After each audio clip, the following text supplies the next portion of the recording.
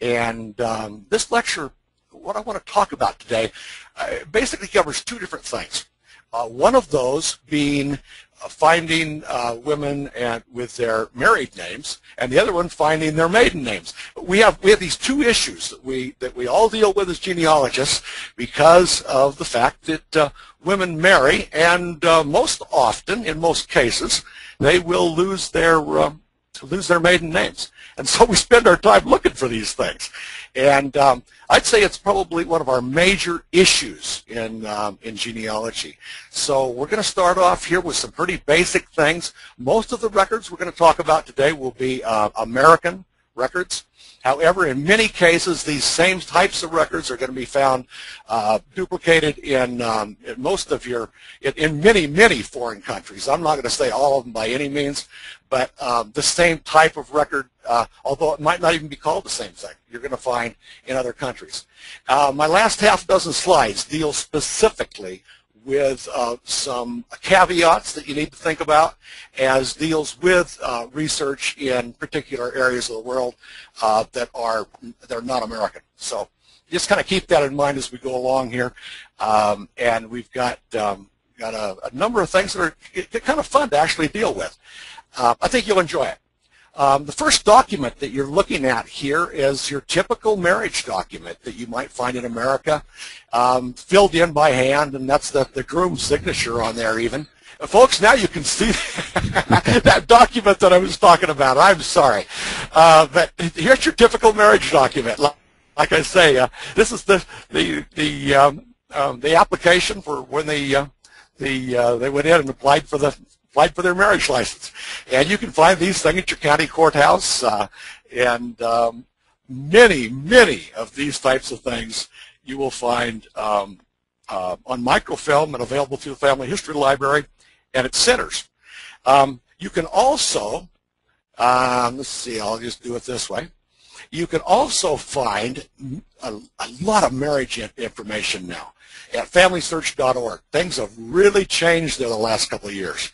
And I want to give you a heads up that if you're doing United States research, there are indexes at FamilySearch.org now that are specific to marriages in 40 states plus the District of Columbia.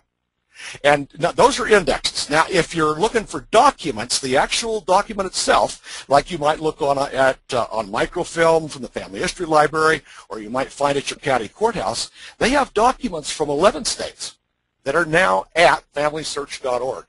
And a few days ago, in fact, it was about 2 weeks ago, I made up a listing of marriage records that are for the U.S., found at FamilySearch.org, and I posted them at my blog. All right, that's just genealogyblog.com. On the slide there, you can see the specific address, but if you don't want to worry about the address, just go to genealogyblog.com and check it on the category list on the right-hand side. Run down to the bottom and click on Vital Records. I believe at the moment that this particular blog for United States marriage records is the second one. And just click on that, and that will give you a quick view of what is available in the way of marriage indexes, as well as digital images that you can find at Family Search. I made a note about this in my genealogy newsline a couple weeks ago, and I'll tell you what, I have had all kinds of email from folks out there saying, oh, I found so-and-so, I found my great-grandfather. More email than I have ever gotten in my life about anything that I ever wrote or posted. And folks, I've been doing this for way longer than you want to know. So what I'm saying is, you got to check this stuff out. And you're going to find it, like I say, at FamilySearch.org. You'll find some wonderful material that'll help you as deals with your with marriages. Now, keeping in mind that I just talked about U.S. marriages in the United States, but there's also many foreign records now going up at FamilySearch.org also. Big changes there because of all the indexing and digitizing programs that have been going on. So moving on to the next slide, here we have an image of a typical county marriage register. This is only the left-hand page, so I didn't really have enough room here to post left and right both. So we're just looking at the groom's information, but filled in by hand. These are big books. You may have actually used some of these in courthouses over the years. And on that far column on the right-hand side, note that the mother's maiden name is listed there for virtually everybody. And if you don't see one, that means somebody didn't know. And so it's very, very good material that you can find from these. This is the kind of thing you want to actually be able to look at.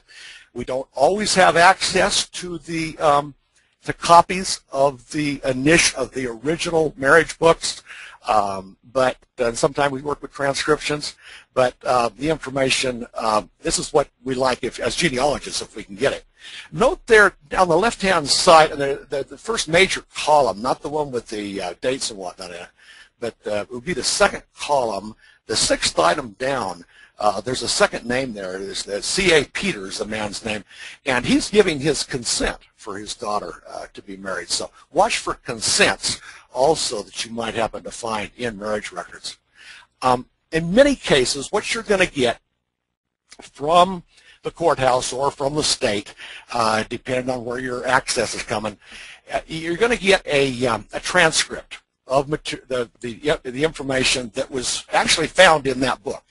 In many cases, it may be typed. This particular one we're looking at here is a transcript where they used a hand form and they filled it in. And although it's not as desirable as that photocopy from the book itself, hey, this is good stuff. It's still going to give you the information you're looking for. It is certified, so you can be pretty sure what you're looking at. And on here, we have a number of maiden names. On this particular document, we've got his mother's names and her name, the Nellie who was marrying here, and her mom's maiden name. So we get 3 maiden names off of that one transcript. Now these are kind of the no-brainers. These are the places that you know that you need to look when it comes to finding maiden names, because they are the marriage information. Now keep in mind that, as I mentioned a moment ago, consent takes place if you've got one or both of the parties being married that are underage. And so you're going to have a parent or a guardian that's having to sign for them. That information can be useful. As I mentioned here, I had one a while back for a great-grandmother, Frances E. Jones, who married William R. Irvine in Ogle County, Illinois, back in 1846. And the document lists the name of her father along with a signature. I had the marriage application and the return because they'd been filmed and they were available at the Family History Library. And I thought I had it all right? I thought I had everything. But then I got to reading a little bit, and I was reading in an old copy of the Ogle County Genealogical Society newsletter. This is where I want to put in a little pitch for Genealogy Society newsletters. They are loaded with little things that can help you. In this particular case, I found an extraction of the consent that was published in this Ogle County Genealogical Society newsletter. I would never have known that I would never have known even to look for a consent because of the fact that it hadn't been filmed, but yet here it is. They tell me that it's available, so I was able to get that from the county courthouse itself. So, keeping in mind, Genealogical Society newsletters can be helpful in many, many ways. This just happened to be one of them. Family Bibles, there's my next topic here, and I think it is a no-brainer. You want to find the Family Bible if you can. And my guess is that, you know, I'm talking to a lot of people today, but I'll bet you anything that in the vast majority of cases, there could be as many as a dozen Family Bibles sitting out there somewhere for every one of you that would help you in your research. You just don't know where they are, because Family Bibles get passed down through the family. And yeah, I've heard lectures over the years talk about the patterns that Family Bibles, you know, the specific pattern that would be used for how you pass a Family Bible on. I think there is a pattern, and that pattern is something along the line of, whoever was able to lay their hands on it got the family Bible. So that's about all. We may try to come up with some kind of pattern, but there doesn't tend to be one. In this case, this example I have here, which is a little rough looking because it had gotten a little bit of mildew over the years, but the actual copy itself was quite legible. This is from a Stratton family Bible that was with a cousin, and the Bible had a copyright date in it of 1837, and it was a wedding gift, and the first entry was in 1844. So you know you got good stuff because the copyright date in the Bible preceded the first entry. Kind of important. And all kinds of maiden names. Just on this one page we've got here where you do have the first entry up in the left-hand corner. We have the maiden names for Fuller, Dodd, Stratton, Nine, Thompson, Schaefer, Somers, and Tynes.